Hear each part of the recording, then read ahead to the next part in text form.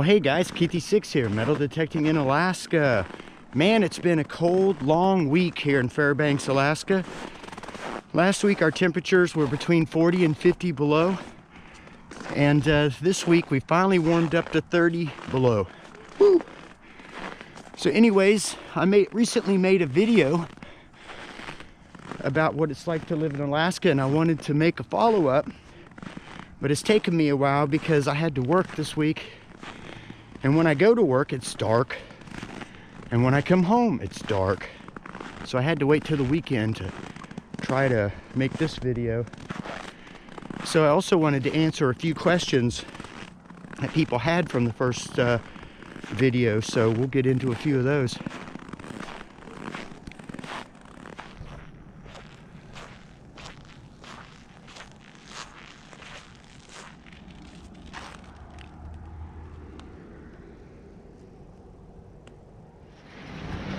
Well, so man, it looks like it's really starting to warm up.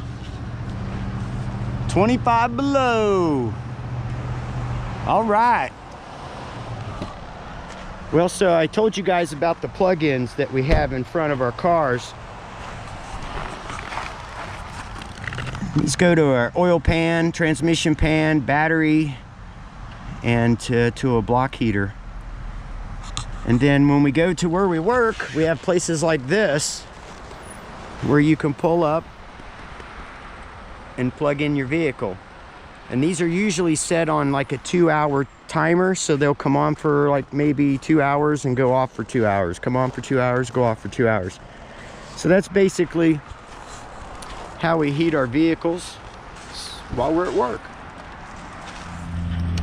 Well, here's some other examples of the plug-ins. These are actually at Walmart. So you can see you can plug in several people, 1, 2, 3, 4 different cars, one pole. Well, and here's another example of some plug-in.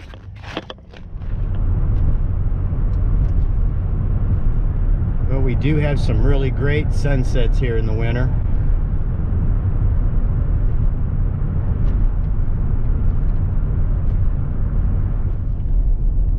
Well, a few people asked about driving on Alaska roads and what kind of tires we used. Well, a lot of people drive on all-season radials, and if you want to get a little bit more extreme, I always went with a winter tread tire with studs, and that really dug in. But a lot of people up here use what they call the Blizzaks, and those are supposed to be really good on slick surfaces. They stick to ice really well in cold weather. So I don't know, if you want to look into those, they are good tires, but they're pretty expensive. Well, here in Alaska, we don't have garbage men that come by our house and pick up our trash. So what we do is we take our trash to a transfer site. Well, I did want to clear something up. The only people that have to take their trash to the transfer sites are the people that live outside of the Fairbanks city limits. If you live within the city limits, then you do have a garbage man that comes by and collects your trash. Well, I just wanted to clear that up.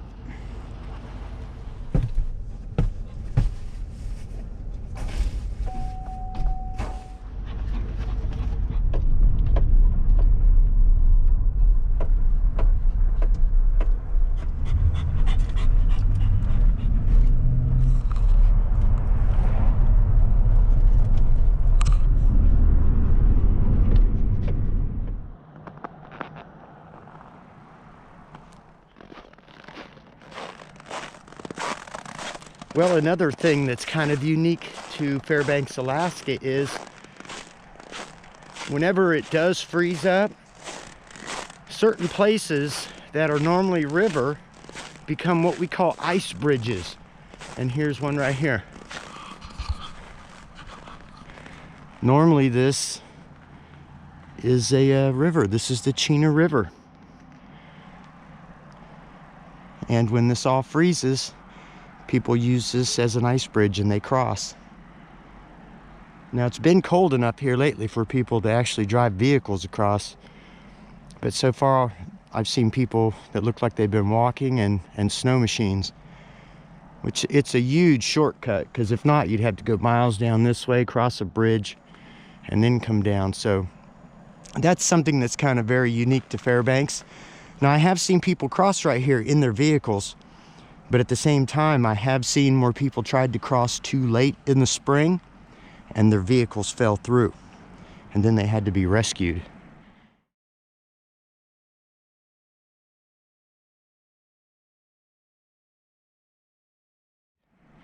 So that's something you definitely want to be careful when you're doing. I never did like driving on the ice. My friends used to take me out on the, there's a bunch of little lakes around here that freeze up in the wintertime, and they used to have races where they would plow a racetrack and they'd go around, and it always freaked me out because I always thought, what if the car fell through? But I guess it's really thick. So anyways, that's one cool thing about Fairbanks.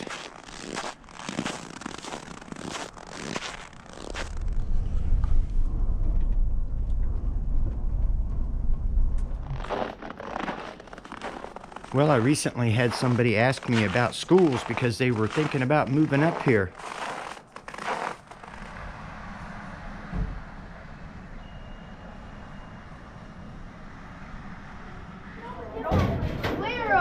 Look how freaking shiny that corner is.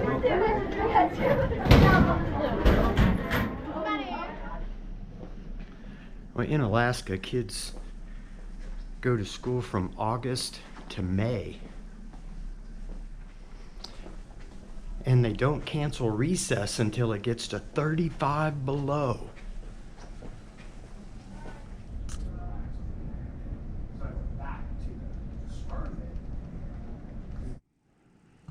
Well, so hey guys, I was in my garage and I was checking on something. I found this while I was out metal detecting this last summer.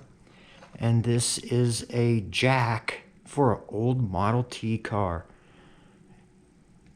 So I've been soaking it in some oil, trying to see if I can actually get it to work again. So my garage is kind of a catch-all for everything that I want to store inside during the winter. So I've got my dual sport motorcycle here, and I've got my street bike, my Ninja, all just sitting here. I have a battery charger hooked up over here, and I keep charging the batteries. Plus I have all my RV batteries inside, and I'm charging them. And then I've got 5 kayaks, 6 bikes, and then I've got 2 more motorcycles over here. These are ones that I bought for my grandsons. So yeah, this garage is kind of a catch-all for everything that we want to store indoors during the winter. Well, and of course everybody's asked me about that poor scooter. That scooter is an electric scooter, and we take the battery out every winter and store it inside, and just leave it out there because there's no more room in here. So, poor scooter.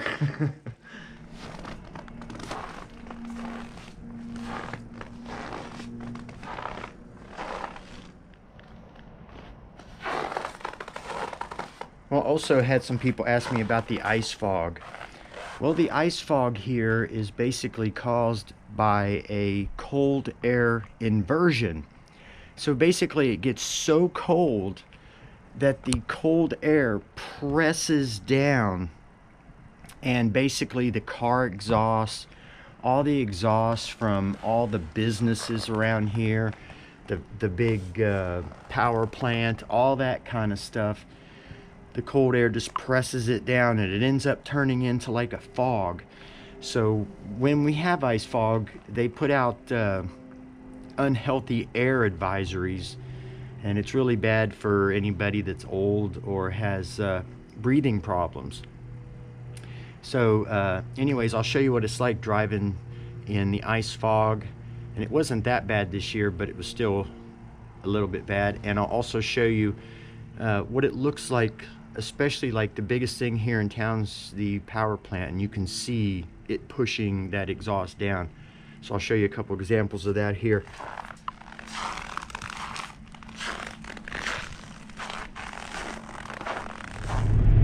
Well, here in Fairbanks we have what we call the inversion, and that's when it gets so cold that it pushes everything down.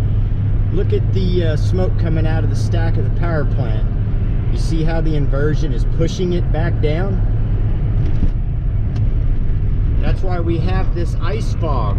This is basically pollution that won't rise. It just hangs around like fog, which makes our air quality horrible.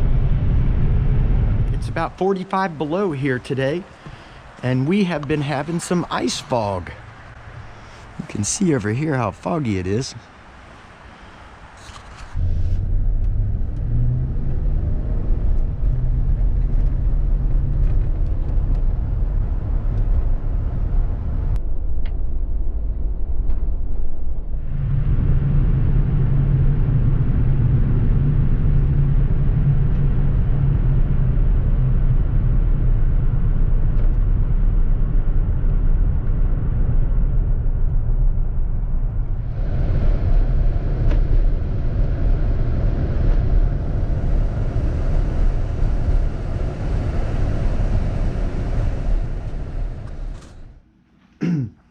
Well, I was telling you guys how we use gravel on our roads instead of salt. Now, the problem with that is a lot of the gravel gets flung up and it ends up hitting your windshield. And of course, this is a good example of what happens. This poor windshield, of course, the lower the car to the ground, the worse it usually gets. If you can look, this car has so many dings on the windshield. And of course, some of those dings start to travel. And that's pretty much what happens when you use gravel instead of salt. And here's another good example of what it chipped.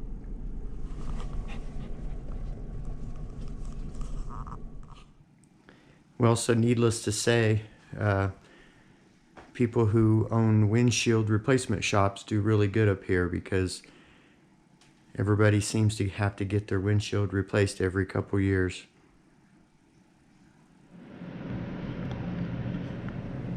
Well, this is something that a lot of us here in Alaska have to deal with. I have a young daughter who gets hot in her room and she likes to open her window. Then the ice forms and she can't close the window. How much ice is built up there? So now she's got cold air coming in. So now I gotta heat this up and try to get this window closed. Well, I think I'm gonna try this heat gun.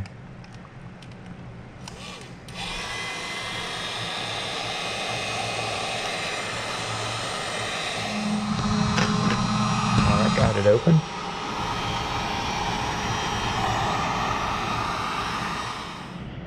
Well, so basically what happens is when you have your window open, the heat is escaping and it has moisture in it. And this is what happens outside your window.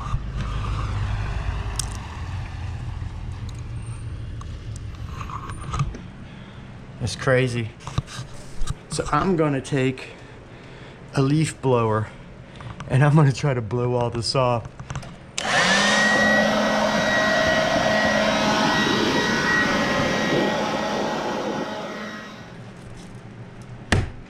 Well, it took me a while, but I finally got it sealed. So just remember, if you open your windows in Alaska, remember to close them, or you're gonna run into this problem.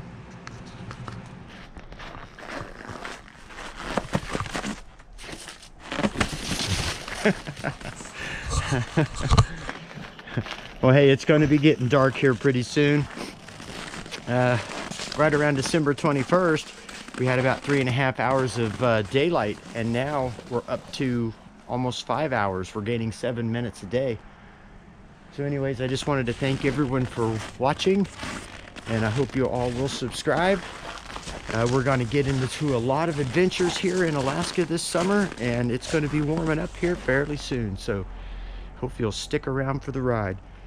I want to leave you with one last little thing. Check this out.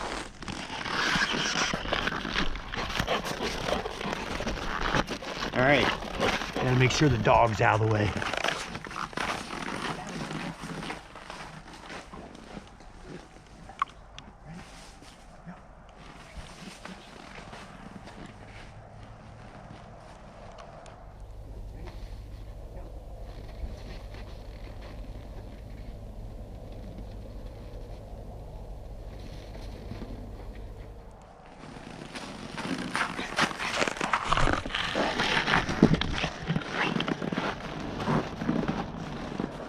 And there it goes, flying away like a cloud.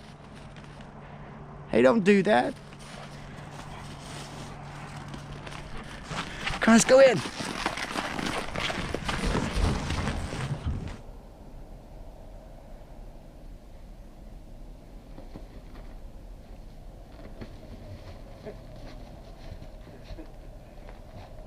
Well, hey, it's going to be getting dark here pretty soon.